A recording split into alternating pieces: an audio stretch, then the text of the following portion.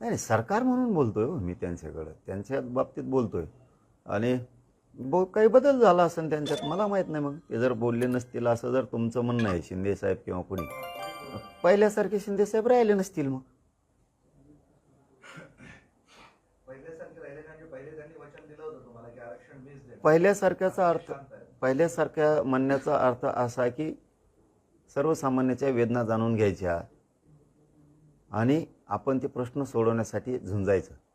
पण जर आता एखादा कुणी जर दुसरं काय बोलत असेल आणि त्याच्या विचाराच्या जर ती आहारी जाणार असली आणि बदलणार असली, तर होऊ शकतं. त्याचं काय सांगता येतं, कारण जसं सांगणारा का येऊ शकतो कानात सांगायला, आणि त्याच्या विचाराप्रमाणे जर ते चालायला गेले तर ते बदलू शकतात.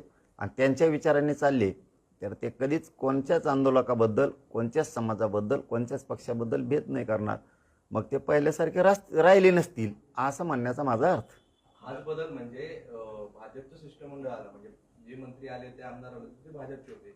शिवसेनेचे 2 दिवस कोणीच आलेले नाही, म्हणजे हा तोच बदल आहे का शिंदेमध्ये? ते बदलले का? शिंदे साहेबांच्या मंत्र्यांना किंवा शिंदे साहेबाला येऊ दिलं नसेल किंवा ते आले नसतील असंही असू शकतं. पण त्यांनी बदलू नये, कोणाचं तरी ऐकून बदलू नये, त्यांच्या विचारात बदल करू नये. पूर्वीसारखे शिंदे साहेब राहिले नाहीत ही जनतेत वार्ता जाऊ नये, त्यांच्यासाठी ती डॅमेज असू शकतो. आता तारणहार एकच होते मुख्यमंत्री देवेंद्र फडणवीस. तारणहार जनता असते बाबा, जनता तारणहार असती. मंत्र्याची, उपमुख्यमंत्र्याची, मुख्यमंत्र्याची. हे कोण तारणहार? हे कोण तारणहार? हे जनता तारणहार आहेत. जनतेने ठरवलं यांना त्या पदावर ठेवायचं तर हे राहू शकते. जनतेने जर ठरवलं 29ला आऊट, घरी कुशाल घरी, तारणहार हे कोण? आणि हे साचून राहत असतं. कामं नाही केले, मुख्यमंत्र्यांनी नाही केले, दोन्ही उपमुख्यमंत्र्यांनी नाही केले, हे लोकांच्या मनात साचून राहतं. आणि ते निवडणुकीच्या दिवशी मताच्या रूपात त्याचा उद्रेक होतो, असंतोष दिसून येतो. मग त्यावेळेस तसं एवढंच कमी समजू नका कोणाला. एखादा अर्धा कोणी माणूस येत असेल तुमच्याकडे, 4-2 जण येत असतील, आणि त्याच्या आहारी जाऊन तुम्ही जर लोकांना भेटायचं बंद करणार असाल, तुमची पूर्वीची पद्धती बंद करणार असाल, तर हे बदल चांगला नाही. बरं, आता तुम्हाला 3-4 दिवसांचं त्यांनी आश्वासन दिलेलं आहे, मात्र आचारसंहितेची मोठी अडचण येऊ शकते. तुम्हालाही वाट बघावी लागेल असं चिंता आहे. नाही, आचारसंहितेची अडचण नक्कीच आली असती.